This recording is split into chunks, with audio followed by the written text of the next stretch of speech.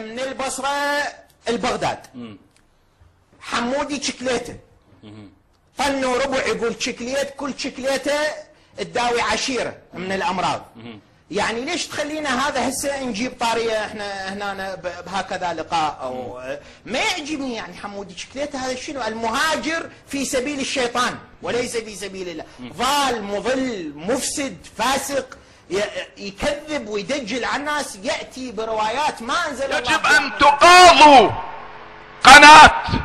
قناة البغدادية، تقاضوها، ويجب أن يكون لكم موقف ضد هذا الجبان الزنديق الصحلوك الفاسق الفاجر الذي يصف كلام أهل البيت والقرآن بالنجاسة والنجاسات.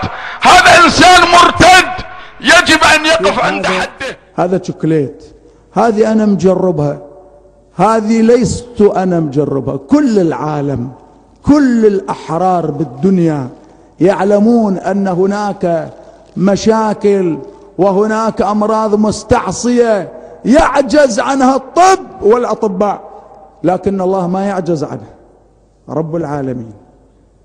هذا شوكليت راح يوزع عليكم كلكم إن شاء الله، وحق رب العباد وهو أكرم الأكرمين، ما فيكم أحد ما يأخذ حاجته من الله ببركة النبي وأهل بيته، وإذا الله ما يعطينا ببركة محمد وأهل بيته فالحياة ما إلها قيمة أحبائي، وإنما الحق كله في هذا البيت الطاهر. لذلك شوكليته واحدة، والله شوكليته واحدة تشافي عشيرة بكاملها.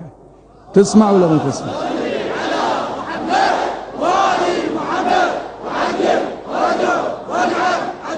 فهذا الشوكليت، هذا الشوكليت اللي موجود اللي هو طن وربع، يعني 1200 كيلو، فيكفي لكلكم جميعا، لأن في أكثر من 100,000 وأنتم عددكم أكثر من 100,000 ما شاء الله. هذا المجلس ممتد على مدى البصر في الظلام اللي ما أشوفهم، هالشباب واقفين ومكدسين هناك كأنهم نور ونحل ومجموعة من الإيمان.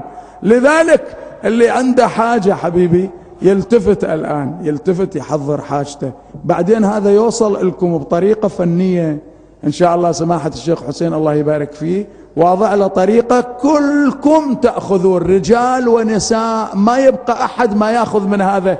لكن صدقوا، أكرر العبارة وأنا مسؤول عنها، والله العظيم الشوكليتة الوحدة تعالج قبيلة كاملة، لأن الله أرحم الراحمين. ما دامت الأمور من الله فلا استغراف في. صلوا على النبي بأعلى أصواتكم.